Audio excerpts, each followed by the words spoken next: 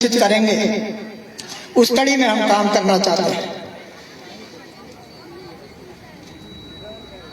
क्योंकि सरकारों का एक अहम रोल होता है कि समाज को आगे लेकर चलना। नौजवान युवा साथियों को किस तरह आगे लेकर चलेंगे। जब बेरोजगारी की बात होती है तो निश्चित रूप से एक मन में टीस सा रहता है कि हम आगे जाकर पढ़ लिख कर करेंगे। इसलिए हम टूरिज्म को फोकस करना चाह रहे हैं। किन्नौर हिमाचल देवभूमि अत्यंत सुंदर है। 2014 में माननीय राजनाथ जी जो तक अभी डिफेंस मिनिस्टर आए थे रिकांगपिओ, तो हमने 2-3 बातें की थी कि हम पर्यटन को बढ़ाना चाहते हैं और रिलीफ मैनुअल को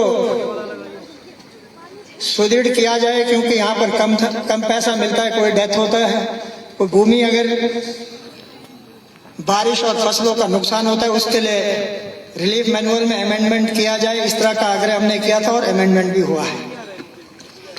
क्योंकि उस वक्त हिमाचल में जब कोई व्यक्ति डेथ होता था 1 लाख रुपए था, और उत्तराखंड जो हमारा पड़ोसी राज्य वहाँ पे 4 लाख था। हमने आग्रह किया था उसी तर्ज पर हिमाचल को हुआ, और हिमाचल का जो रिलीफ मैनुअल है उसमें मॉडिफिकेशन हुआ है और ये चीज हुआ है। हम आगे काम करना चाहते हैं और काम तब होगा जब आप सब युवा साथियों का हमको सहयोग मिलता है। आप सबको मालूम है अभी T20 हुआ था धर्मशाला में। मैं किन्नौर क्रिकेट एसोसिएशन का प्रेसिडेंट हूँ। पानवी में जाना हुआ था, क्रिकेट के क्लोजिंग थे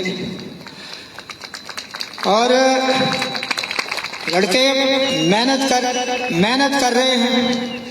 हम चाहते हैं कि तेंदुलकर मुंबई में पैदा नहीं होता है, उसको किन्नौर में भी पैदा होना, इस बात को लेकर चल रहे हैं।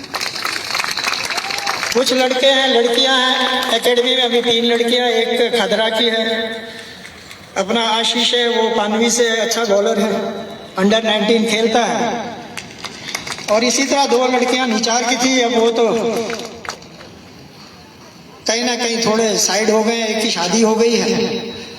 क्योंकि स्पोर्ट्स और पर्यटन एक ऐसा कारोबार है, नेशन बिल्डिंग में युवाओं की एक अहम भूमिका है। जब हम शारीरिक रूप से सक्षम होते हैं तो निश्चित रूप से मानसिक रूप से भी हम सक्षम होते हैं। उसमें पढ़ाई को भी लाभ है, परिवार को भी लाभ है, और जीवन में आने वाले समय में राष्ट्र को हम सब ने मिलकर, जैसे आज फाइनल ईयर के जाएंगे और नए आ रहे हैं, इसी तरह समाज में हमको भी आगे जाना है। और बाकी जो नए और नौजवान साथी उनको फिल इन द ब्लैंक्स बोलते हैं, वो किस तरह अपने समाज और अपने किन्नौर को कहाँ लेकर चलते हैं, ये हम सबको समझने की आवश्यकता है। बाकी वक्त तो रेत है मित्रों, वक्त तो रेत है, फिसलता ही जाएगा। जीवन एक कारवां है, चलता जाएगा। थाम लेना उन्हें, वरना कोई लौट के ना आएगा। इसलिए ये जो समय है अत्यंत महत्वपूर्ण है। हम भी अपने विद्यार्थी जीवन में स्पोर्ट्स में रहे, एक्स्ट्रा करिकुलर एक्टिविटीज में पार्टिसिपेट करते थे, और शिक्षा ग्रहण करने के साथ शिक्षा खाली हमको टेक्स्ट बुक तक सीमित ना रहकर एक्स्ट्रा करिकुलर एक्टिविटीज में भी पार्टिसिपेट करना है। उसमें स्पोर्ट्स है, कल्चरल है, डिबेट है, स्पीचेस हैं। आप अलग अलग सब्जेक्ट पे अपने आप को पार्टिसिपेट कर सकते हैं। आज तो सोशल मीडिया का ज़माना है। एंड जब हम इकट्ठे होकर आगे चलते हैं और पॉजिटिव कहते बी ऑलवेज बी पॉजिटिव, हमेशा सकारात्मक सोच के साथ आगे बढ़े। नकारात्मक चीज को जब हम बहुत नकारात्मक दृष्टि से उस बात को करते हैं तो आदमी फिर वो नकारात्मक ही हो जाता है।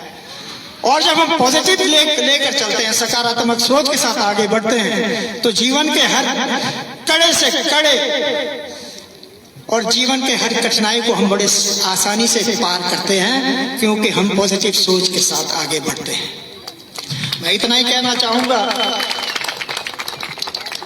आगे देखें क्या होता है। हमको भी अभी मैं भाई अनुराग ठाकुर जी से दिल्ली मिलकर आया था, कुछ इश्यूज पे हम डिस्कस करके आए हैं।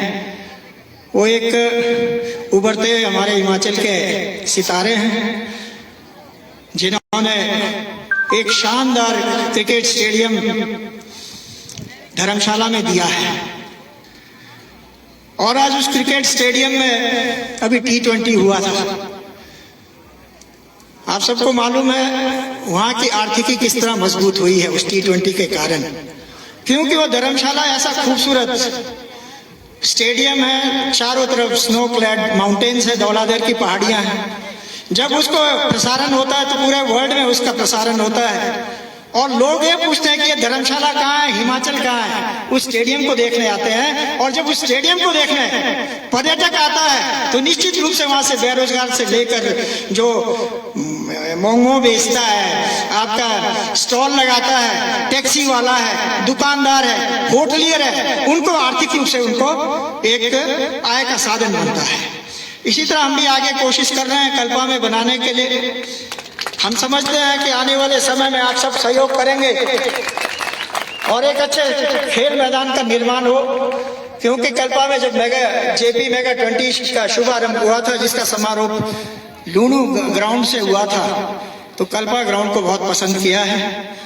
और जब किसी काम को आगे अंजाम देना है, उसके आगे बढ़ाना है, तो युवाओं की भागीदारी और सहयोग अत्यंत आवश्यक है। ज्यादा ना कहता हुआ, क्योंकि आपके भी सांस्कृतिक बहुत से कार्यक्रम हैं, मैं फिर से दीपक लामापंग जी, उनके समस्त पदाधिकारियों को इस आयोजन के लिए कठिन परिस्थिति में आप आयोजन कर रहे हैं, मैं समझ सकता हूं। हमारे साथ हमारे सहयोगी सभी पंचायत प्रधान, उप प्रधान आने वाले तो बहुत थे। हम सब आपको एक सहयोग, आपको शुभकामनाएं देने आए हैं कि आने वाले जीवन में जो यहाँ से ग्रेजुएट या PG कर कर आगे जा रहे हैं, उनको मैं अपनी ओर से तथा अपने साथियों की ओर से बहुत बहुत शुभकामनाएं देता हूं, ताकि जीवन में आगे बढ़ें और जिला किन्नौर के नाम को रोशन करेंगे। और इसी तरह जो नए, और थोड़ा मैं इतना जरूर कहूँगा कि मैं अपने किन्नौर की चिंता करते हुए जो एक नाम नेगियों का है, उस नाम को आप बरकरार रखने में अपनी भूमिका निभाएंगे, ऐसा मैं आपसे निवेदन करूंगा।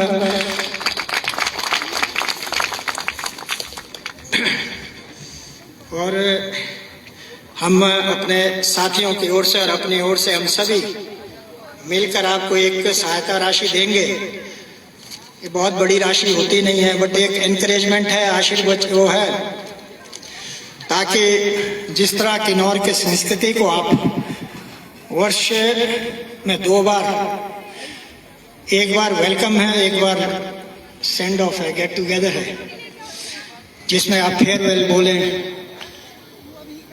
उस आयोजन को और अच्छे ढंग से करेंगे। क्योंकि कहीं ना कहीं मुझ पर आरोप भी लगा था कि आप बहुत ज़्यादा सहयोग करते हैं।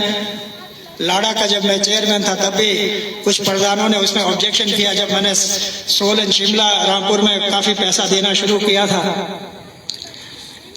तो लाड़ा में ऑब्जेक्ट किया गया।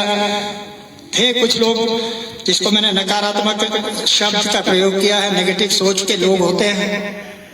मैंने कहा किन्नौर के लड़के अगर सोलन, शिमला और चंडीगढ़ में पढ़ रहे हैं, शिक्षा ग्रहण कर रहे हैं, और वो साल में, वर्ष में 2 बार एक वेलकम पार्टी करते हैं, एक गेट टुगेदर करते हैं, जिसमें किन्नौर के कल्चर को वो जिंदा रखते हैं, मैंने कहा मैं उनको सहयोग करूंगा। क्योंकि किन्नौर के ही लड़के बाहर फिर रहे हैं। हमने कहा आप प्रोसीडिंग लाइए, मैंने खुद कहा लाड़ा मीटिंग, आप प्रोसीडिंग लाइए कि किन्नौर के बच्चों को नहीं देना है, तो हम नहीं देंगे। मैंने कहा आखिर बच्चे किसके हैं? किन्नौर के बच्चे हैं। फिर वो खामोश हुए हैं, उसका हमने फंडिंग करना शुरू किया।